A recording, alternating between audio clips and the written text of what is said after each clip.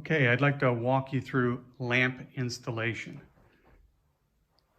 One of the first things you'll do is you'll want to take the long aluminum nut, which has an M20 thread on this end, an M32 thread on this end. The M32 screws onto this either end of the vessel. Again, they're exactly the same. You could put this connection on either end.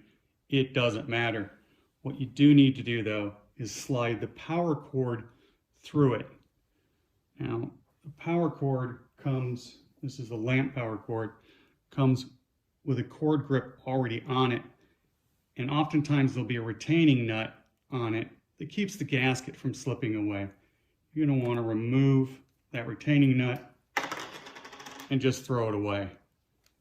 Then take the long aluminum nut,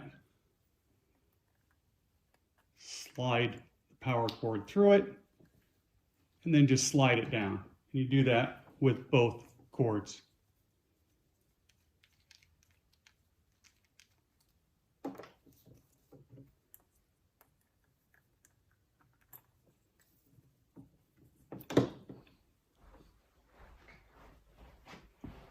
Now, on the connections on the vessel, on the long nuts and on these short nuts, on the inside, there's a shoulder that is your sealing surface.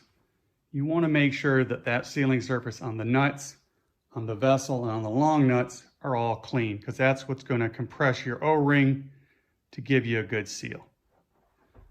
And of course, you want your lamp and the O-rings to be clean as well.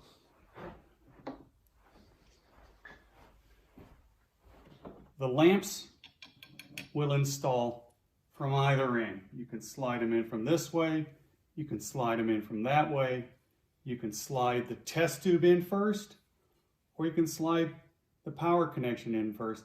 It doesn't matter.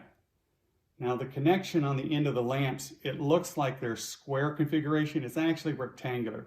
So when you go to plug the lamp cord into the lamp, you want to make sure you've got it lined up. It'll pop right on there. So I'm going to install these. Just slide it into the connection.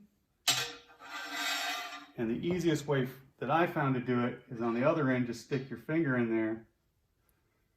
Bring the lamp in. You can feel it.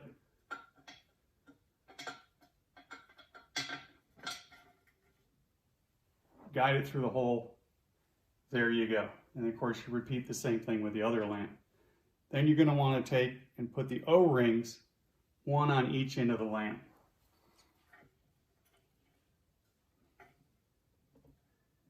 Now on the test tube end of the lamp, that's the rounded end, when you slide the O-ring on, you're going to want to have it go down about 1 inch. Now that's actually too far, but what you're going to do is when you tighten this blind nut on here, you're going to push the lamp a little bit in that direction, and it'll put it in the perfect spot to get the best performance. So we've got the O-ring on about 1 inch. You take this blind nut, screw it on, barely finger tight, and we're good. Take the other O-ring, put it on this end, slide it down till it seats inside that connection. Now you don't have to, but you may want to put some of the silicone food grade O-ring lubricant on there. It makes things easier. You don't have to have it. I normally use it because it just makes it slide on there just a little bit easier. Once you've got it in there, take your lamp cord, again rectangular configuration, match it up with a lamp, push it on until it's seated all the way up against the base of the lamp. When that's done, take the long nut, screw it on, finger tight, verify that the other end is finger tight. Never use a wrench on these. Finger tight is all you need. It's been tested to 160 PSI at finger tight, validated at UL. We know it's good. when both lamps are done, all your plumbing is done, all your wiring is done, you can pressure this up now. And the reason we left this loose for now, the cord grip, is because if there's any leak, you're going to want to be able to see it.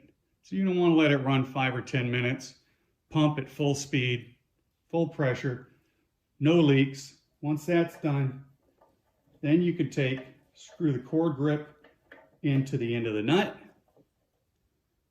and then tighten the cord grip down on itself. Give yourself a good seal.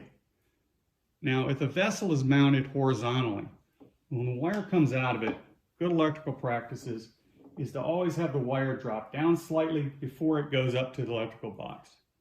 And that's so if moisture gets on here, it drips off instead of trying to get past the cord grip into here. Now, if you're mounting the vessel vertically, you're going to want to connect the wires to the bottom connection for the same reason. So you don't want water trying to enter this area through this. So if these are pointing down, it's not going to happen.